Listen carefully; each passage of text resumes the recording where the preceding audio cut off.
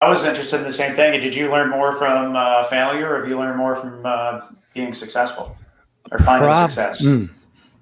Well, I think probably you learn more from failure, right? So specific to like, and we'll probably dig into this today, but of all of the places that I've been or all the situations that I've encountered with startups where it just didn't work out, generally it comes down to a set of themes. And generally it comes down around not getting in front of customers fast enough with an idea that actually resonates with them, right? And so that's where I think there's a lot of lessons to be learned. So I've learned a bunch there.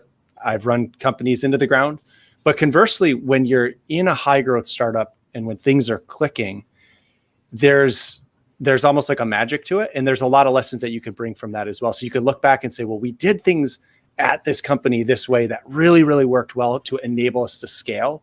And so you do learn from both, but I think you kind of have to go through that. You hit rock bottom, whether it's having to lay people off or taking no pay or shutting a company down or just struggling with something for a really long time and it never quite gets the, to the point where you want it to get to, you learn from all of that stuff. So that's kind of what I value. And I think not everyone's failures can be different, right? But I do think there's, a variance of that. I was recently at an Arby's drive-through, and I guess they are putting up a different inspirational quote every single week. And so I saw this one, I thought it was great. And no, I did not eat the Arby's. It was for someone else. Oh, come on. I really didn't. There's no judgment here. We don't judge here. Look, I have not had meat in 19 and a half months. Wow. I did recently eat chicken though.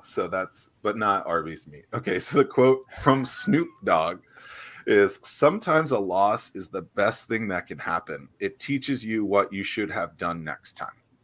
And I thought that was powerful. Like I even asked the guy at the thing at the window, I was like, do you guys change this all the time? He goes, yeah. And he was like, we work on it as a team. And I thought that was really interesting that you don't think of a team in a Arby's situation doing something like that. You would think it from, I don't know, a Chick-fil-A setting, but It was cool from just a leadership and a teammate perspective that they did that. And so I saw it, I complimented him because I don't know that his smile went from like a 7 to like a 12. So I was super excited about that too. And it was good. That's a first.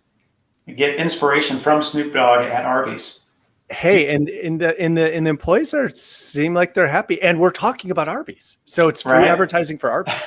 Yeah, they don't just have meat for the sandwiches. I mean, apparently they have meat for. You go for inspirational quotes too.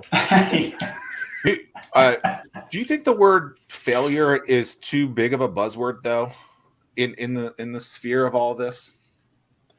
I mean, maybe, but what other nomenclature could we use? So maybe let's dig in there a little bit, because failure, you're just learning. You are learning, and I think learning is maybe a more objective.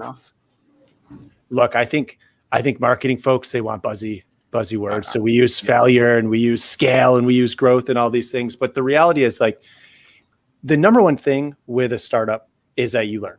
So we could look at failure or things that aren't going well or things that are going well. We can look at team dynamics. We can look at all these things, but I think it's how quickly are you building a feedback loop? How quickly are you iterating based on feedback that you're getting, and how quickly are you learning from that? And that's the companies that do that well, I think, put themselves in a pretty good spot. There's still a really strong chance of like failure or in that impeding feeling of doom, that, everything's going to break, or maybe there's a lot of optimism. But I think the companies that do well, they do make those feedback cycles really quick. Are you stuck at your home office, socially distanced coffee shop, or your fancy all bricked out corner office, wondering why no one can see your business and sales are all over the place? Sounds like you need a pro. That's why I developed the Anomaly Academy. Insert clever copy here. Oh, I guess I was supposed to put something else there. Oops. You can grab access to the Anomaly Academy now at ZachMillerSays.com/Anomaly Academy.